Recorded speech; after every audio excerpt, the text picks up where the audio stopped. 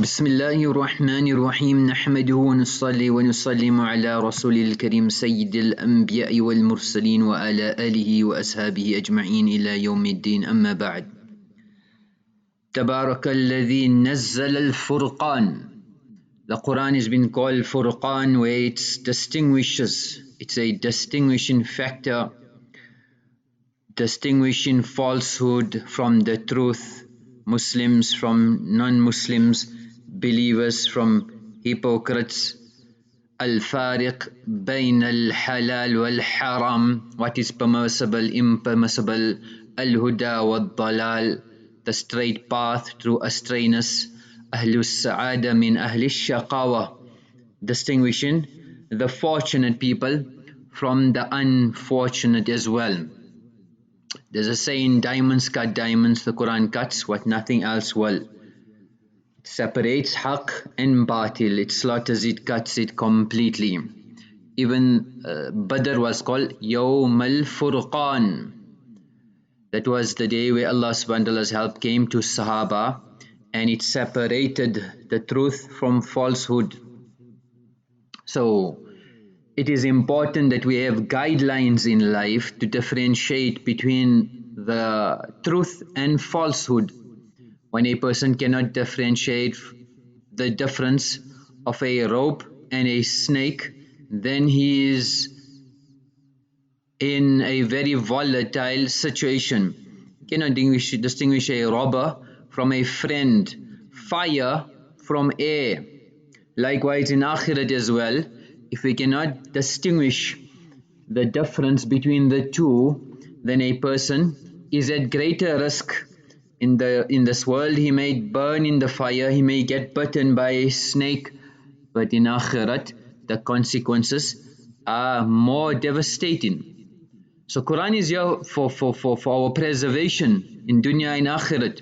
Like on the roads there's a speed limit for preservation, there's traffic lights for preservation.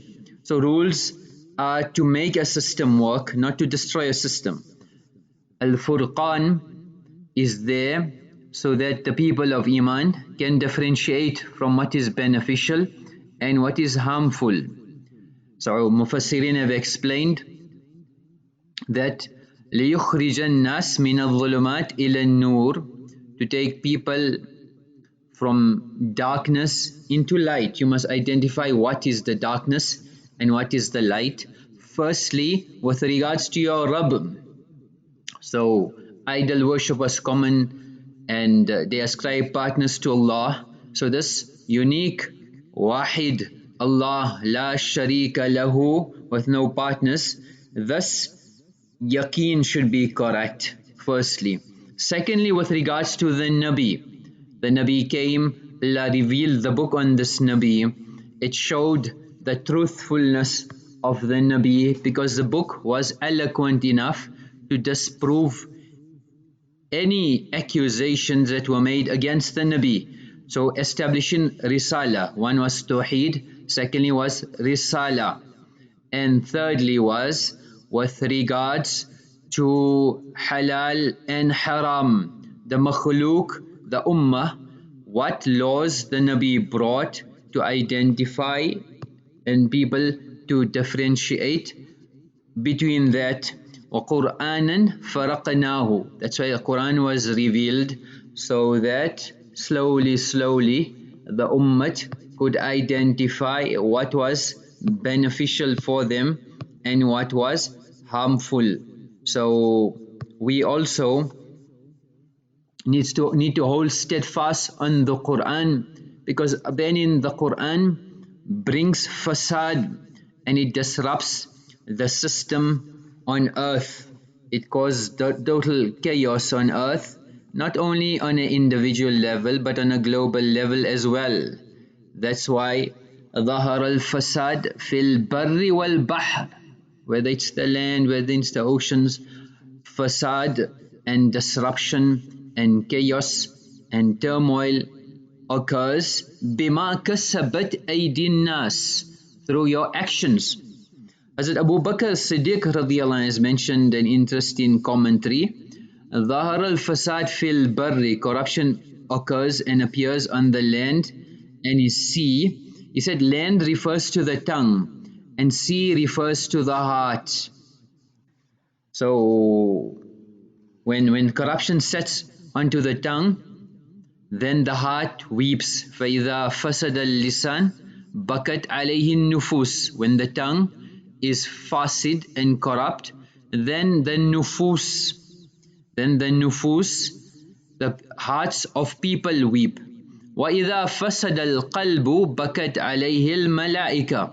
But when the heart is fasid, then the malaika cry. So when a person's tongue is corrupted and they will not use it properly, they will cause harm to humans, and that will make humans cry. But worse than that is when the heart is corrupted, then everything else becomes corrupted, and this man does actions which causes his nuqsan while he is alive and in akhirat as well. And looking at the state, the angels cry because they don't want insan to be punished. So unfortunately, when sin is committed, the angels cry, but the sinner celebrates with proud slogans, with social media. He propagates his ma'asiyah and disobedience, and he tells the world, I've done this year. A group of boys together challenging, oh, you are after this certain female, you need to deflower her. Let's see if you can do it. Get her in a compromised position. And he does it, and he boasts about his boast. So the description of the heart is describing the ocean and how deep the heart is. Like an ocean. It is deep, it is uncharted waters. This ocean here, to set sail on this ocean, you need to have a ship that's and skill. A sailor at sea, even if he has got the best ship, will not help him if he doesn't have the skill of controlling that ship as well. So Quran is our constitution for life, and a person who practices on this constitution becomes eligible to be the representative of Allah on earth. And that's why Allah gives him control over the earth. Allah gives him sovereignty over the earth. Why? When you've made the Quran your constitution, you become eligible to execute Quran. So Quran is haqq only. So when a person abandons the Quran, then they come onto shahwat, and they become slaves of their desires. That's why the hukama used to say that inna shahwata tusayyirul muluka abida. Carnal passion, this ambition for fulfilling your desires will turn a king into a slave. وَالصَّبْرَ يُسَيِّرُ الْعَبِيدَ مُلُوكًا. And abstinence and patience will turn a slave into a king. أَلَا تَرَى إِلَى قِصَّةِ يُوسُفَ وَزُلَيْخَا. Zulaykha was following her desires, so she was a slave of her desires. And Yusuf alayhi salatu wasalam was patient and sabir, and Allah subhanahu wa ta'ala elevated his stages to kings. So these desires, these passions needs to be controlled and regulated through Quran. When you love something, you become a slave of it. Love Allah, you'll become the slave of Allah.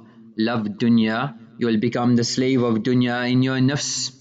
So dunya is not a place of desires. Akhirat is a place of desires.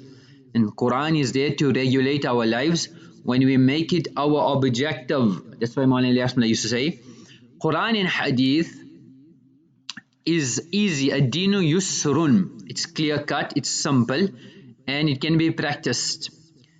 And our greatest necessity on earth is deen. So since it's the greatest necessity, it should be easy to practice. But sincerity and correction of intention is the soul and the ruh of deeni affairs. So even in suluk, in tariqat, the essence is correcting one's intention. So when something is done, Mawlana Ilyas explaining that when something is done according to the prescribed method, it'll be very easy. But when you use it to the wrong method, then it is difficult as well. So the fault with us today is that people consider the principles of deen difficult to follow and they avert on it. But without knowing the usuls and following the method, a person will not be successful. Whether it's a plane, whether it's a ship, whether it's a train, use it according to the method. Even baking, Hazrat used to say, even baking bread requires following the exact recipe and the prescribed method. If this is with regards to dunya, then how much more particular we have to be with regards to deen. So an important usul, very important. So either we are the slaves of Allah or the slaves of dunya. Dunya is very, very deceptive and abusive. So we have to make sure we don't get caught in this trap. A man woke up in the hospital. He had gangrene, so his leg had to be amputated. So the doctor told him there's good news and bad news. He was shocked. The doctor, I just went through a serious operation. You're supposed to come and give me good news. What you talking about, bad news? Anyway, let me have it. What's the bad news? So he said, I'm afraid we've amputated the wrong leg. I'm afraid we've amputated the wrong leg. Got more upset. Doctor, you're an expert, you're a specialist, you should know better. And after he finished, he said, okay, tell me, what's the good news? So the doctor breathed in relief and said, I think we're going to be able to save the other leg. I think so. We'll be able to save the other leg. So na idhar na udhar, both ways in dunya, you lose out. We rely on dunya, the systems of the dunya, and we end up with regrets. So Qur'an is Furqaan. It will separate haqq and batil. Abdullah ibn Mubarak was Amirul Mu'mineen fil Hadith, great scholar, muhaddis of his time. He was Asatiza Sufyan al-Thawri, Imam Abu Hanifa rahimahumullah. Imam Ahmad bin Hanbal describing him said, no one was more eager and avaricious and desirous to travel for knowledge like Abdullah ibn Mubarak. Somebody asked him, how did you change your life? He said, as I was a youngster, I was infatuated with the lute, the musical instrument. So one day, while he was awake and the branch of a tree was vibrating above his head, so he took his flute to play its tune. When he heard a voice from this flute, and the awaz, the sound that came out was Alam ya'ni lilladhina amanu an takhsha'a qulubuhum li dhikrillahi wa ma nazala min al-haq. Has the time not come for the believers that their hearts humble for the remembrance of Allah and the truth which has been revealed? Has the time not yet come? Immediately Allah put effect on this ayah. He struck it to the ground, broke it, and made tawbah and repented and became a great muhaddis of his era. So Furqaan, that's the power of the Quran.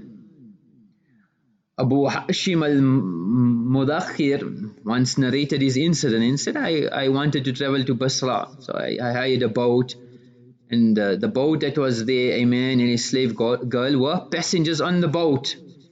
So I was told that the boat cannot accommodate another passenger, but the slave girl persuaded the master that allow him to board it. So he set sail, and the man asked for breakfast, which was presented. Then he told the slave girl, call that poor man and tell him he can join us. So Abu Hashim was included in the meal because this man assumed that he was a poor person. Then he said, have you brought the drink with you? So she brought some wine and he started drinking. And he said, offer this poor man as well. But he obviously refused. So then he instructed the slave girl, bring the flute and sing some verses, some music, sing some verses for me. So she completed. Then he told me, addressed me saying, can you match this? I said, I can recite better. Then he said, I recited some verses of the Quran. إِذَا الشَّمْسُ كُوِّرَتْ وَإِذَا النُّجُومُ انْكَدَرَتْ وَإِذَا الْجِبَالُ سُيِّرَتْ. When the sun loses its light, when the stars will fall and collapse, and when the mountains will fly about, the ayat of Surah Takwir. As he heard us, he started crying. And when he reached the verse, when the records of actions will be opened, وَإِذَا الصُّحُفُ نُشِّرَتْ, he said, O slave girl, go, you are free for the pleasure of Allah.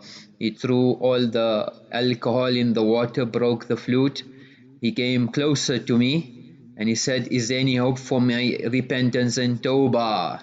So I told him, indeed there is hope, and he read some ayat which gave him hope. So he said, we became friends for the next 40 years, and he passed away in front of me. And I seen him in a dream. I asked him, where are you? What is your condition?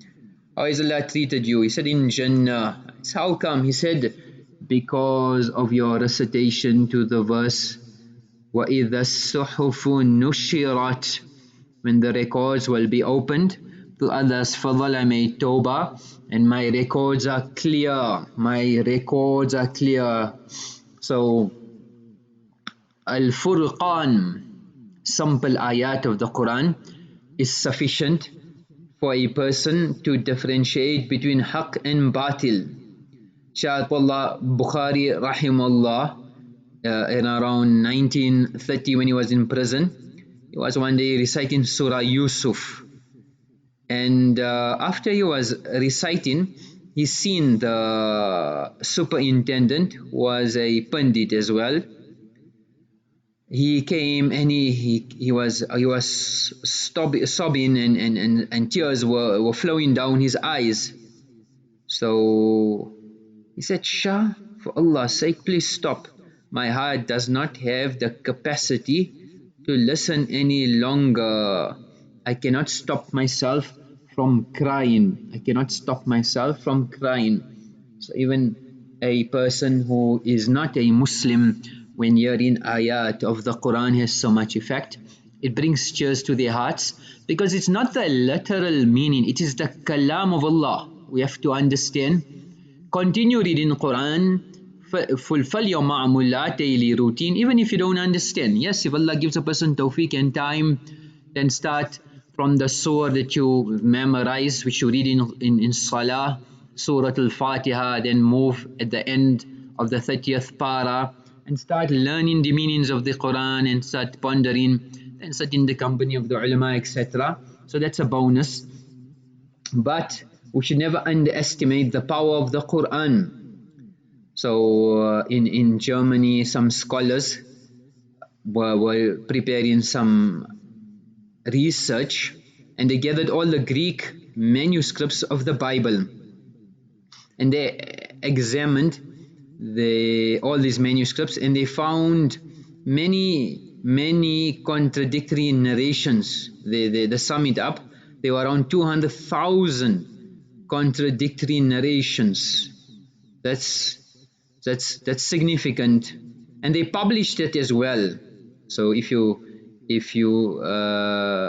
go to Munich and find out, you will find this data available. Then they decided to take the Quran, and this happened around 1933, where they collected around 43,000 copies of Quran manuscripts. And just before World War II, the results were published of their data. And besides, obviously, 43,000 nuskhas, not a single discrepancy or difference in the text was discovered, besides calligraphy errors. Calligraphy, not in the text itself, but just calligraphy. And that also, it's another field on Quran, on Rasmi Quran. It's a field on its own. But this is the Quran that we have. Allah subhanahu wa ta'ala has preserved it. Allah subhanahu wa ta'ala has preserved it, that there is no discrepancies whatsoever that can be found. So we need to take benefit from Quran, learn from Quran, make certain golden rules for our days. When the person every day that he wakes up, have golden rules that will from Quran and Hadith that will benefit us. So we need to make notes, keep a diary, and start documenting. For example, today I will not retaliate. Somebody is rude, somebody said something, they were unkind. I will make amal on Quran. Today I will not ask anybody besides Allah. Today I will make dua for my enemy. Today I will be careful what I say. Today I will increase in tawbah. Today I will do something good to somebody secretly. Today I will treat others how I wish to be treated. Many people I've discouraged. Today I will raise the spirits of people. I will encourage them. Today I will grow spiritually. So different amal, etc. The amal for today is the virtues of the mu'adhin. So you have a desire to give the adhan. يغفر للمؤذن منتهى أذانه. The mu'adhin will be forgiven as far as his voice reaches. ويستغفر له كل رطب ويابس. Every animate, inanimate, every living, every jinn, every human being, every inanimate, rocks, mountains, trees, all of these will seek forgiveness for him and testify in his favor. They will testify for the muadhin. May Allah subhanahu wa ta'ala give us tawfiq of making amal. Wa akhiru da'wana alhamdulillahi rabbil alameen.